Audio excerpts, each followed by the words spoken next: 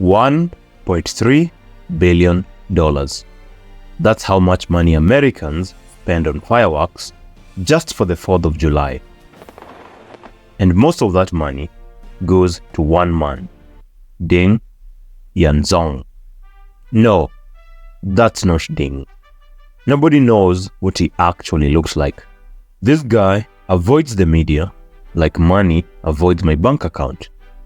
But that shyness hasn't stopped Ding from ruthlessly monopolizing the entire American fireworks market.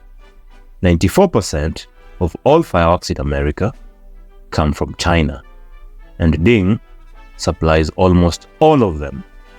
You may have noticed that fireworks have gotten very expensive over the past couple of years. That's not a coincidence. Our boy Ding keeps jacking up prices whenever the mood strikes him, and nobody can do anything about it. So, how did one Chinese businessman come to control all of America's fireworks? It all began on Valentine's Day 2008.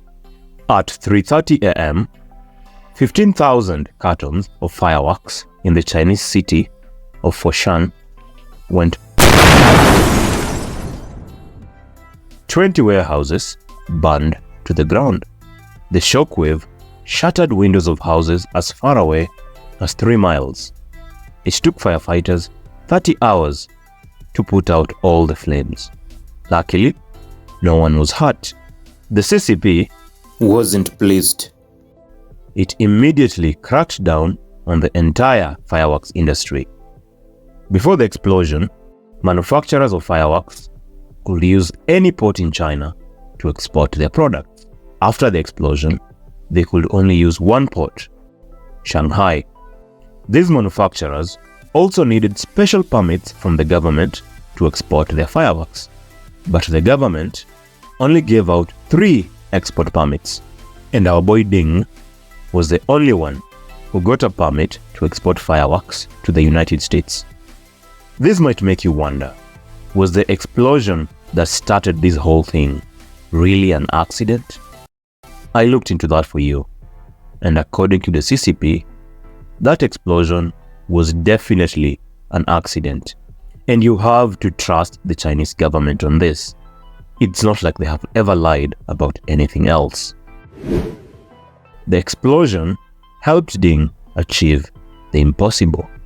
America is the world's biggest consumer of fireworks. Americans blow up 3 times as many fireworks as the rest of the world combined, and Ding was the only guy authorized to sell fireworks to Americans. Ding could have sat back and just watched the money roll in, but that's not his style. He wanted more, so he raised prices. And once that was done, he began exploring other ways of making even more money. That's when he saw an opportunity in shipping. Before, Ding would just sell fireworks. His American customers handled the shipping on their own, but that couldn't be allowed to happen anymore. Every dollar had to go to Ding. So, Ding formed an American shipping company, Fast Trans International. If you wanted to buy Ding's fireworks, you had to ship them using Fast Trans. Fast Trans ships fireworks from China to the ports of Los Angeles and Long Beach. Fast Trans also oversees overland transportation of fireworks from California to all the other states. Oh, and one more thing. Fast Trans just happens to charge a lot more money for its services than all the other shipping companies. This is not because Fast Trans has special gluten-free shipping or something like that. They overcharge their customers simply because they can. Shipping a single container of fireworks from China used to cost $5,000, but because Ding forces his customers to use Fast Trans, that cost can now be as high as $15,000.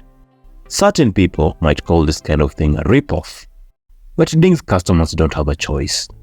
China produces 87% of the world's fireworks, and Ding has control over that entire supply. The other fireworks manufacturers in China have to sell to him because he is the only man with an export license. And pyrotechnicians in America have to buy from Ding because he is their only option. If you don't use Fast Trans for your shipping, Ding will not sell you his fireworks. And if Ding doesn't sell you his fireworks, you cannot get them anywhere else. This guy is running a true monopoly. His actions are possibly illegal under US antitrust law, but Ding has managed to fly completely under the radar. Part of the reason is because people in the fireworks industry refuse to say anything bad about Ding. One wrong word and they're completely cut off from fireworks. Not everyone is terrified. A company called Fireworks Lady LLC sued Ding for antitrust violations in 2018. Sadly, the case got dismissed on a technicality, and now it's back to business as usual. Only one man can save us now. Mr. President, what are you going to do about the fireworks king? God save the Queen, man.